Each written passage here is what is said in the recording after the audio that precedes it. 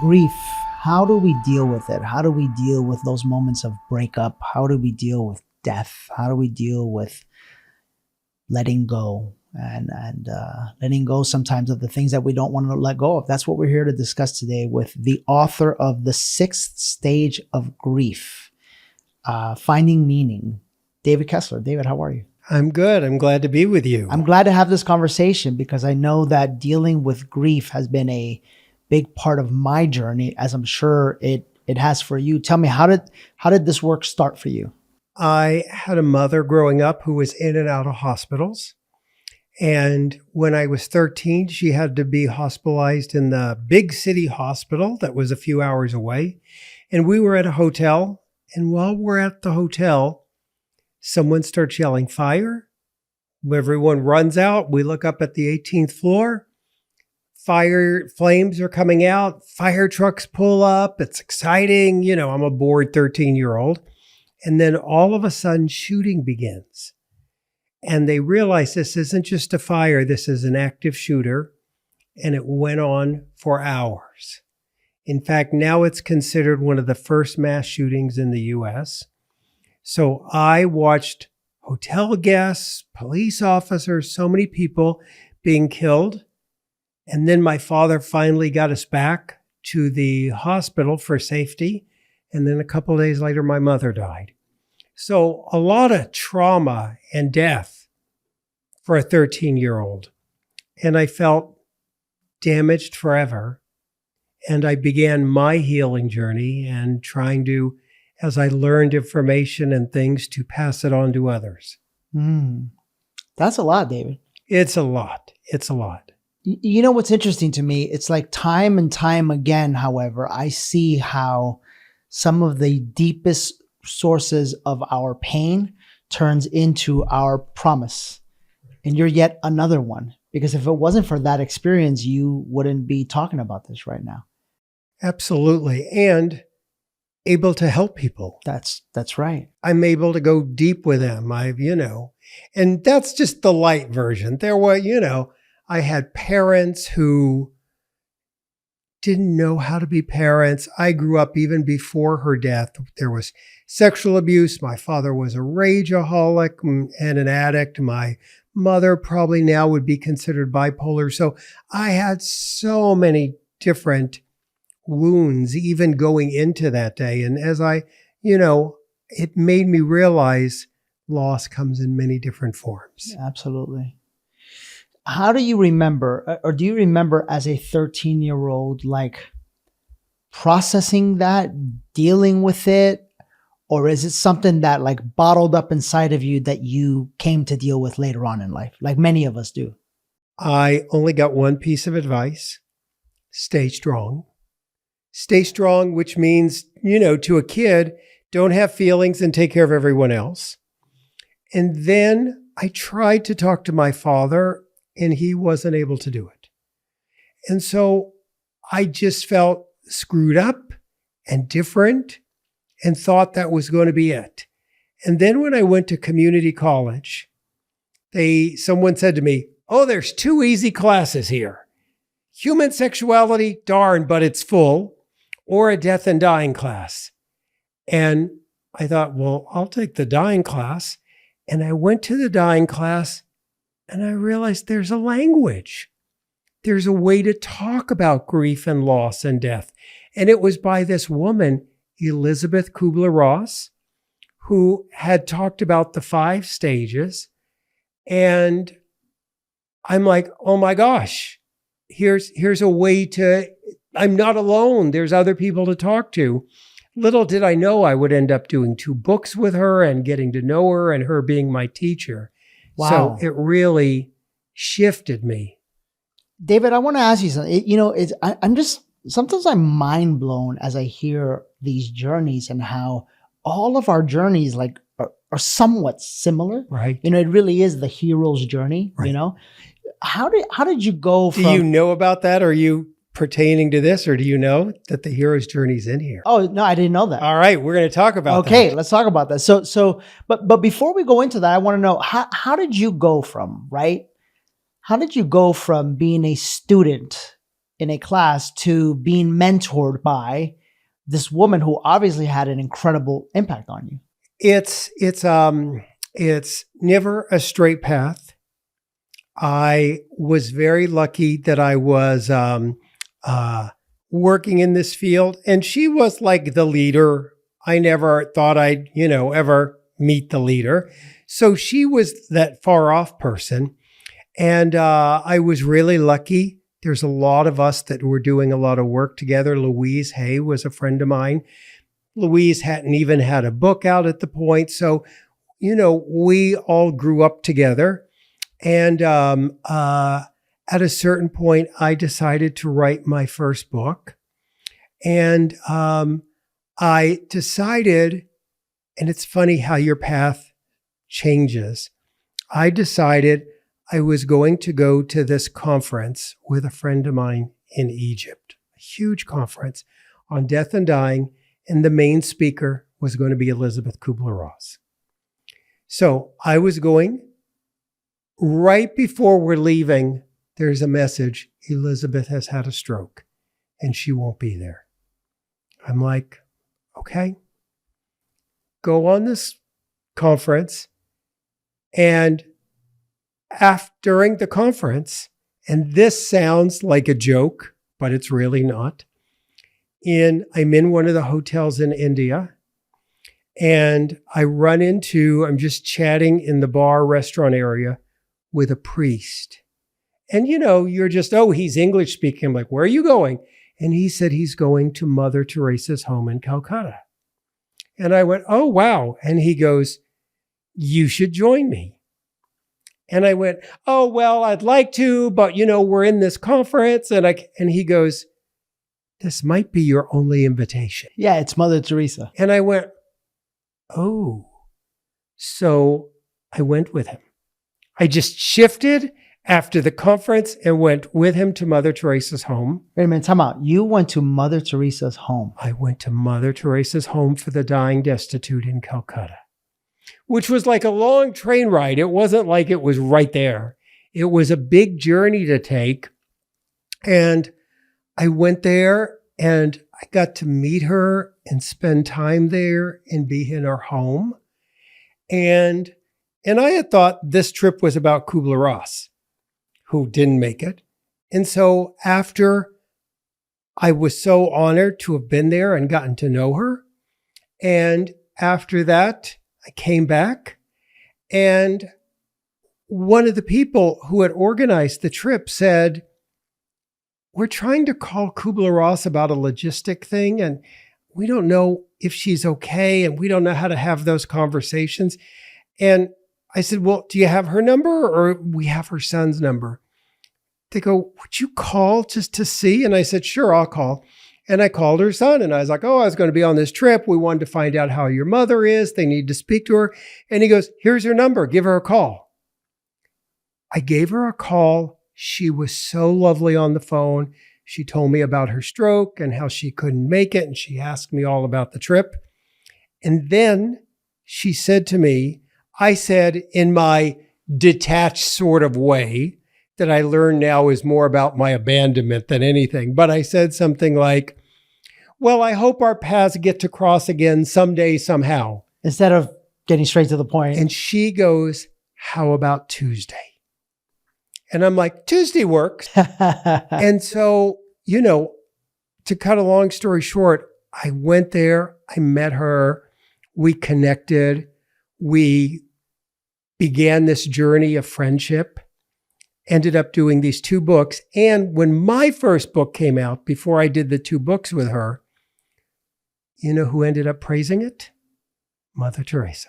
Okay, time out. So these 2 women, wow, really put me on the map. So time out. Hang on a second. Before we go, I want to get into the 6 stages of grief, right? Right. But before we do, I've never physically met anyone that has ever met Mother Teresa. So side note, and now, yeah, I got to ask you, what was that like? What was her energy like? Her essence? It was powerful. It was powerful. And here's one of the things that surprised me. When I was saying goodbye to her, she grabbed my hand and she said, "Pray for me." And I was like, "You've got the Pope and the world praying for you." I didn't say that out loud, but I thought, why do you need my prayer? And then I realized in her world, we're all so equal. My prayers are like the Pope's prayers. It's like, this is someone who's been with Princess Diana and been with, presidents, and like, really? You're holding my hand and saying, pray for you? I'm like, you got it. So it was an easy ask. She was really lovely. She was really lovely and powerful. And this tall. I mean, you don't realize quite how short she is. And to be that powerful. So I've recently been obsessed with learning about supplements because I found out all of the shady tactics that happen in the industry, like how natural flavors are far from natural, or get this, how some vitamins are derived from GMO corn syrup. I know, it's disgusting. This is why it's so important to trust the company you buy your supplements from, and there's only one company on planet Earth I trust, and that's Kono. I've never seen a higher standard in the industry where literally every single ingredient is ethically sourced with intention. I've been absolutely loving their full body hydrate product. It's the most comprehensive and I think best tasting electrolyte on the planet. It helps my brain function. I feel like it's helping my skin. I feel more hydrated, and overall, I just feel incredible throughout the day when I drink it. But all in all, guys, all of their supplements are incredible. I'm passionate about sharing them with you guys because these guys have your health at heart. Check them out at kononutrition.com/Danny and get 10% off your order. Again, that's kononutrition.com/Danny for 10% off your order. My mother, oftentimes when I reflect, on her, my mother was that short. She was 4 something. But,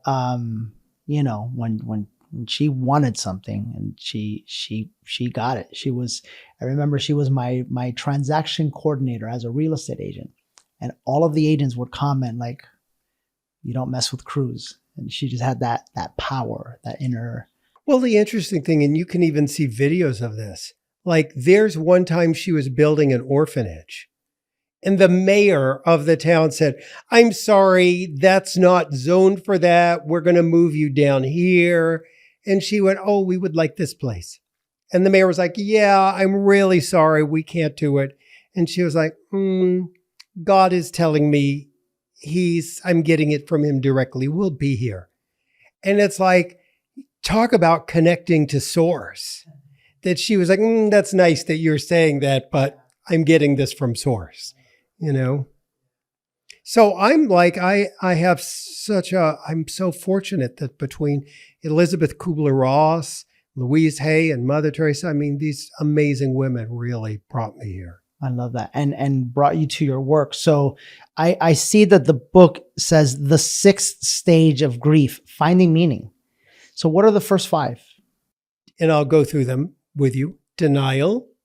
And I want to just say first, whenever we think of grief, I always say I define grief as a change you didn't want. That's a breakup. That's a divorce. That's a job loss. Maybe that's a move. Maybe that's a pet loss. So, and even abuse is a loss of a childhood, a loss of your innocence. So many different types of losses. But there's denial. Can I say that definition is so powerful and yet so simple, like a change you didn't want. Yeah. Never would have ever thought of it that way. Yeah. Yeah. Okay. Because a breakup that you do want isn't like a big deal, but a breakup you didn't want, a betrayal is something none of us wants. Yeah. Abuse, none of us wants.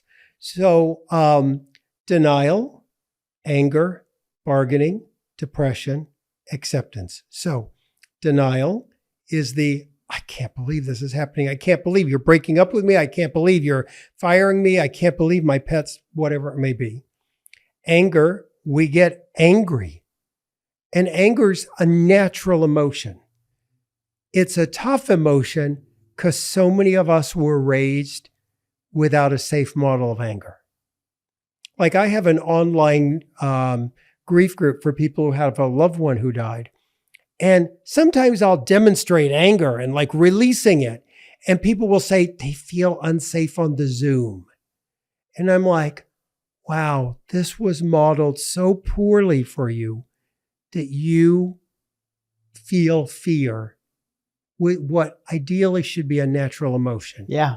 And I always think of anger as pain's bodyguard.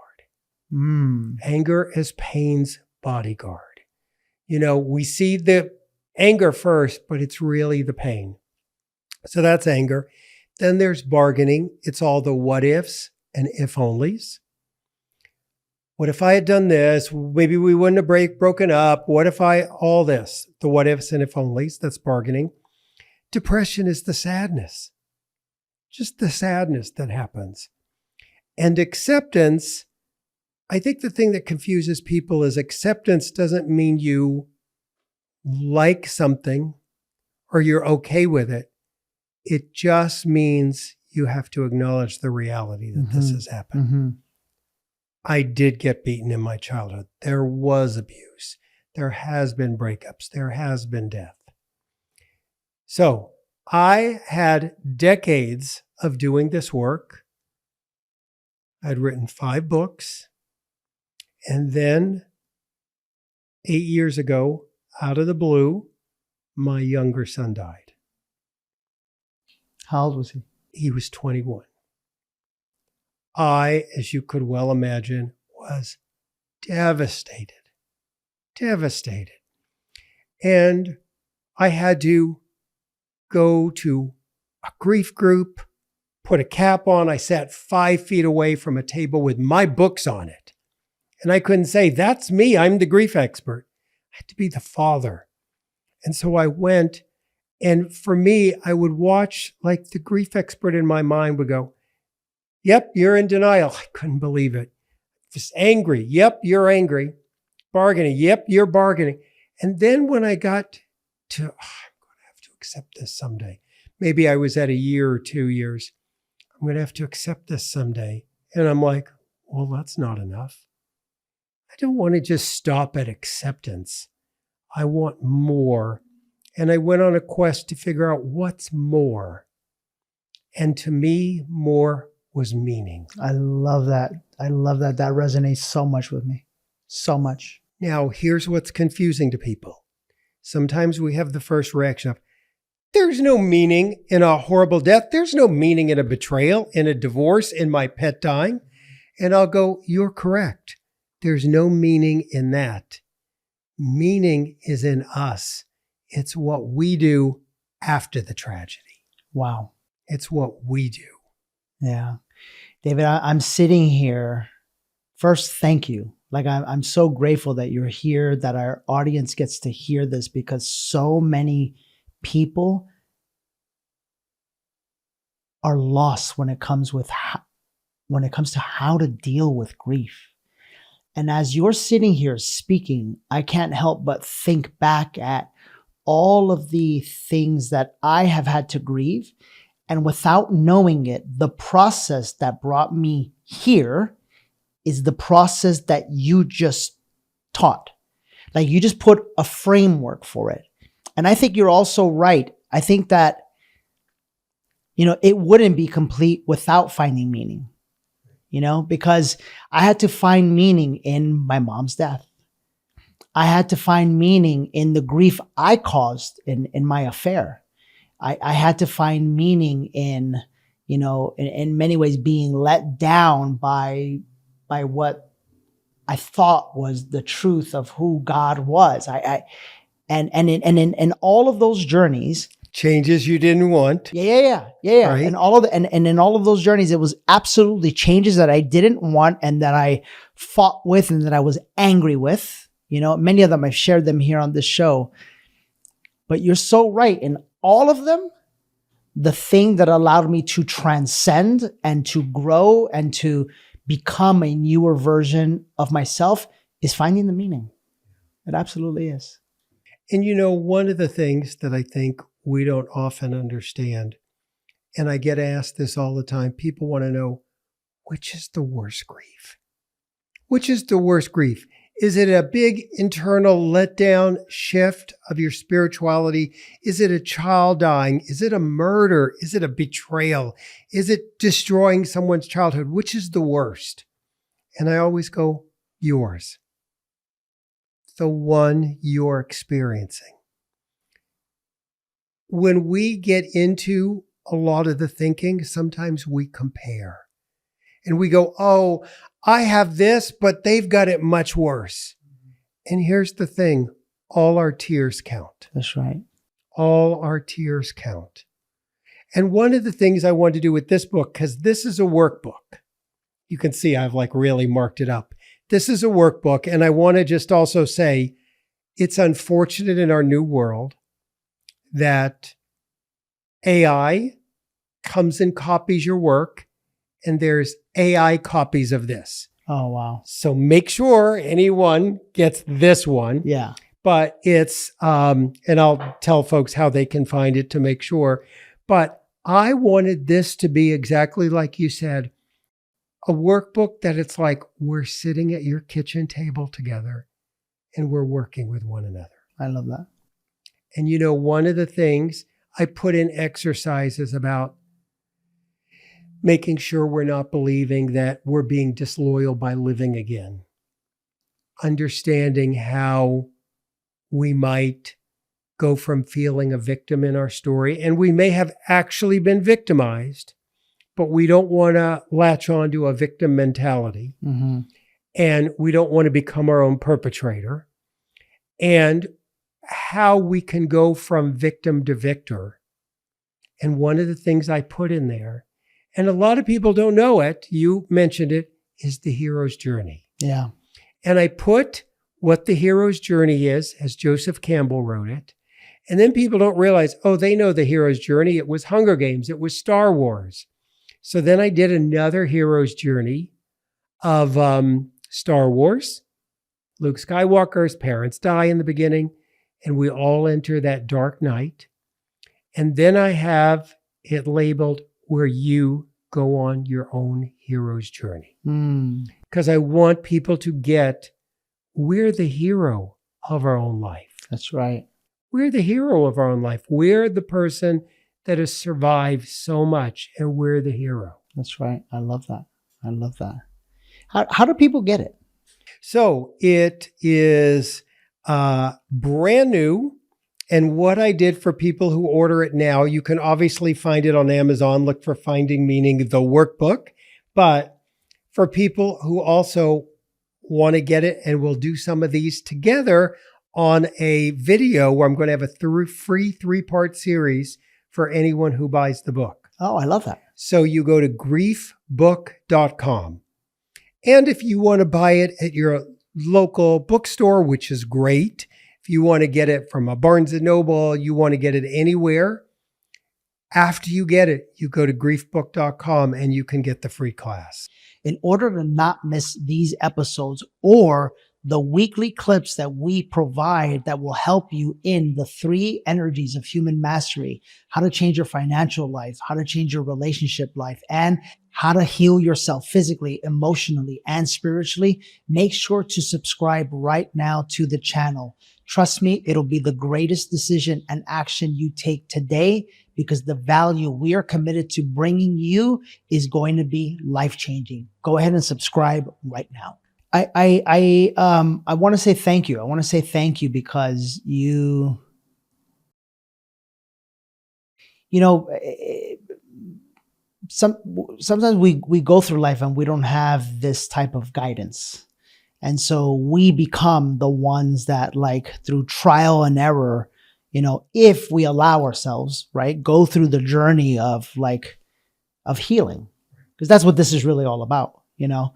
And I want to say thank you for providing this framework that, honestly, if you're out there dealing with grief, I can tell you without reading the book that what you're saying is 100% true. This is the process and the framework to get past grief. And I'm also going to say that even if you're not going through grief, there's probably some grief that you've had in your life that you haven't yet known how to process.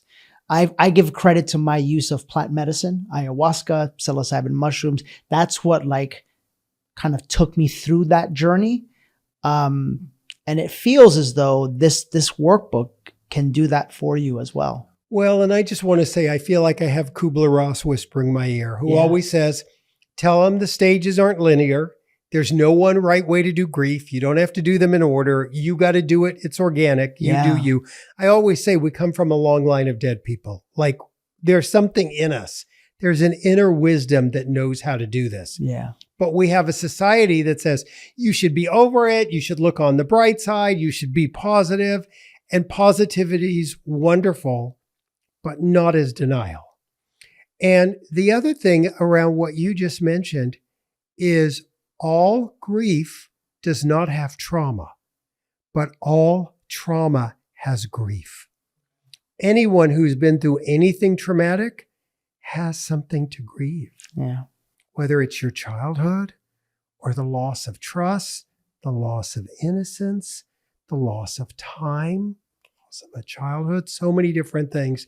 And what's interesting is I wrote the word death in there, but I say to people, grief is always the death of something. A breakup is the death of the divorce. Yeah. A divorce is the death of a marriage. A betrayal is the death of the trust. A job loss is the death of that money with those people in that place. Now, there's one death we can come back from that's really being talked about a lot, is when you're in a relationship with a narcissist. When you're in a relationship with a narcissist, you often deal with the death of self. And you have to work on bringing yourself back from the dead. So no matter what death you're dealing with, it's here. I love that. David, I want to, we have a community called Awaken You. And what I want to do is I want to make this the book of the month for everybody. But also I want to invite you because, the sole purpose of this community is to help people get through their hero's journey. And I don't see how you could do that, quite frankly, until you deal with grief, as we're sitting here talking about this. So we'll make this the book of the month. Let me see, next month in November. And at the end of the month, I'd actually like to invite you to talk about it. Yeah, we'll talk about it. I think it'd be fun. Yeah. And I'll tell you, it's really interesting. And I love the idea of the healing community, because here's a few things we know now. We have grief and trauma because the outside world, someone either died or some situation wounded us. And it was done by someone or by the situation of someone dying. Healing can only come from others. And not the person who necessarily was the person who hurt you. They may be dead, they may be a perpetrator, who knows. But here's the thing. We need to be healed in community. And the worst thing we can do for someone in a war, next to shooting them, killing them, is putting them in isolation. And when we've been wounded by life, sometimes we naturally isolate. And we need to be in community to find healing. Yeah. And it's so important. And the other thing that happens in our mind is sometimes someone will go, I don't like the word healing. And I'll go, oh, because it represents some disloyalty to the pain you've dealt with. Here's what healing means to me. It means the event or circumstances no longer control you. I don't make relationship decisions from my abandonment. I don't make life decisions from my fear. I know now fear doesn't stop death. Fear stops life. That's right. Fear doesn't stop death. Fear stops life. And grief is something we all want to run from. But the thing is, what we run from pursues us, and what we face transforms us. Thank you, David. You're welcome. Seriously, thank you. welcome. This was I know it was powerful for you, but I got to tell you, this was powerful for me. You know, I'm sitting here, David. If I may share, like what's coming up. Sure. There's a part of me. I'm just gonna say it the way it is. There's a part of me that is very proud of the work I've done, because to sit here, something just happened where I had a little like moment of like, who on earth would have thought that I'd be sitting here in this chair right now, having a conversation about grief, helping people to like deal with grief 7 years ago.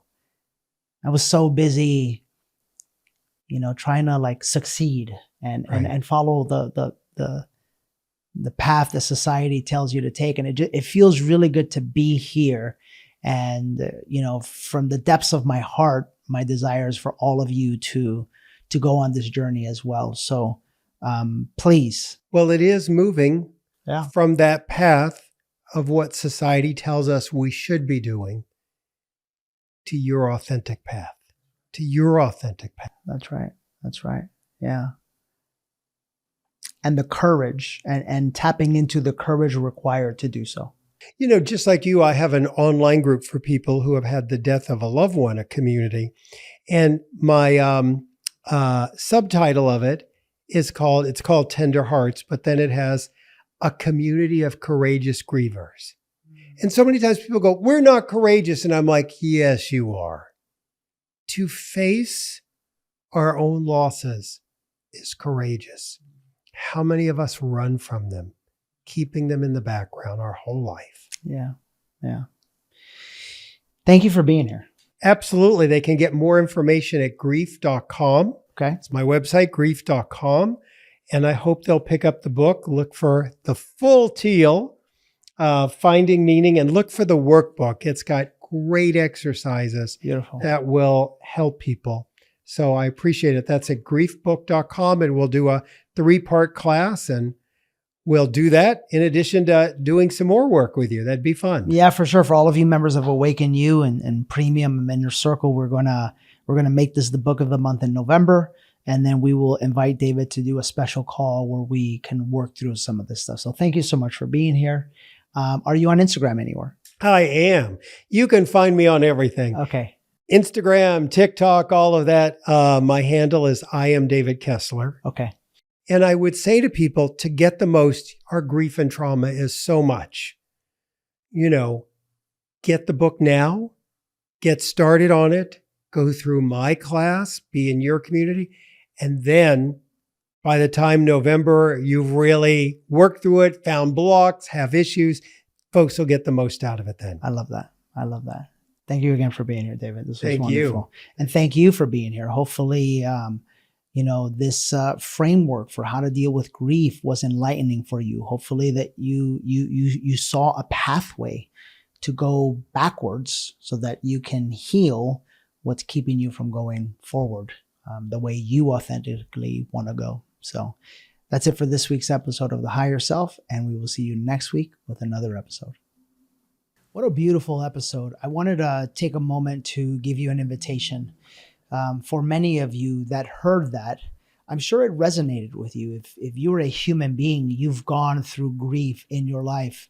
And yet one of the things that I've discovered on my journey is that grief and the inability to process it is actually the very thing that holds us back from the transformation that we are looking for in our life, whether it's in our finances, our relationships, and in many ways, even our health. If you would like to spend some time going through that journey, I want to invite you to go to dannymorel.com/awakenu. That's the letter U. And I want to invite you to consider joining us in the Awaken You community. What I can tell you is that lives are being transformed literally on a daily basis. And it's a beautiful, beautiful place for all of you that listen to us here on the podcast to connect, to grow, to heal, and to go on the journey of absolutely transforming your life.